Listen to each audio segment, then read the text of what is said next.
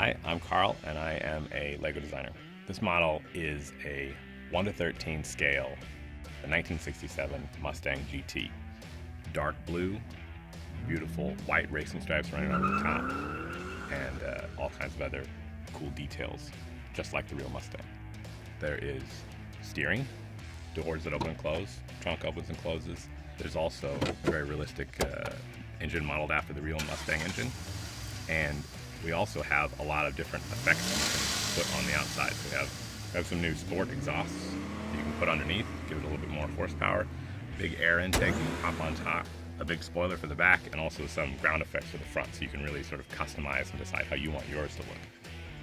We chose the Mustang because this is a very iconic American car, and we thought it's a great way to get something that people have loved for decades into a Lego form that you can have, build yourself, have it on your shelf, and just enjoy customizing, taking the different parts on and off, moving things around, and it's just something really cool and iconic that we haven't done yet.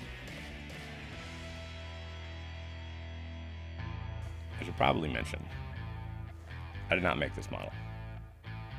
This was made by Mike Psyche, and he's made a lot of the Creator Expert cars, including the Beetle. If you look at the Beetle, the actual number plate on that is P51AK1 for Psyche. So you get the name right on there. The number plate on this, it's P51AK2 for Psyches. That's what it says. Me and Mike were talking about what we want to add to this car to make it extra hot. And one of the things was steering. And the way that the Lego system sort of works at this size, we couldn't do that. So we realized we need to make a new element. And that's when we need to get Manny, the main Manny, Zamani in, our element designer, to actually make a new Lego part for us. We wanted to create a steering function, and normally the wheels that we have don't provide enough space for the functionality. So we had to actually redesign the wheel completely so that has a bit more room for that specific function. At the same time, the look of the rim had to be very close to the source material, which was a Ford Mustang 67. That was a very exciting challenge. We started with the insert that goes on top of a very standard wheel that we already have in our assortment. So we decided to have this visual and use it in the rim. So we did several loops in order to have the correct shape of the Mustang wheel, but at the same time have that Lego identity that we always strive and we love. And at the end we come up with this beautiful rim that I hope everyone will enjoy.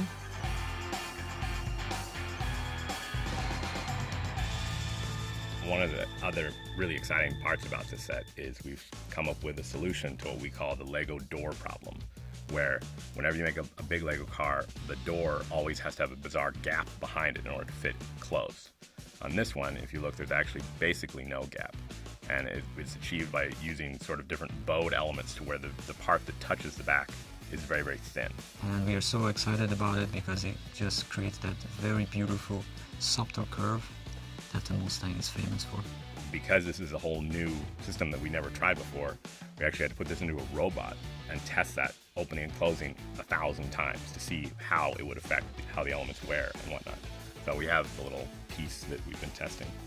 The Mustang is very similar in scale to the Aston Martin, the Mini, and the Beetle from Creator Expert. So if you have those, this will be pretty much the perfect addition to your car collection. In Creator Expert, we try to make it a whole nother level of detailed.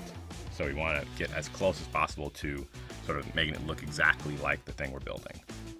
A lot of what it is we base the scale of the car on the different wheel sizes that we produce at Lego. And then we find the right wheelbase and then build a car around that. And actually, with the Mustang, we started out at a different scale, a bit smaller scale. So like if you look at the front of it, there are 4 lights for the headlights sort of in a line across there. That's called the face lights. And to get that representation of the face of the car, you need to do it at a certain size to get all the little details in.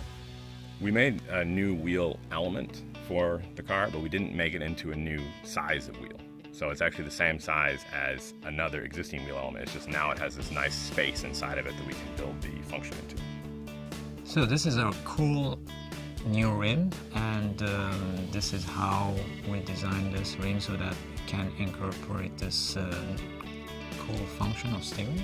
If we use the existing ring, then the whole thing would have been quite big and chunky, and we couldn't have this flush surface for the car. In the trunk, there's a nitrous tank, and that was actually our building instruction developer's idea. So Anders said, hey, let's put this nitrous tank in the back. And because it was his idea, we actually put his initials on the sticker that's on there. We were developing this model during Easter, and if you look, the top of the tank is actually sort of half of an egg shape, and that was made from an Easter egg. If you like cars, you're gonna like this set. If you like Lego, you're gonna like this set. If you like Lego cars, you're gonna like this set. So think about if you like one of those things, and then if you do, just go buy it.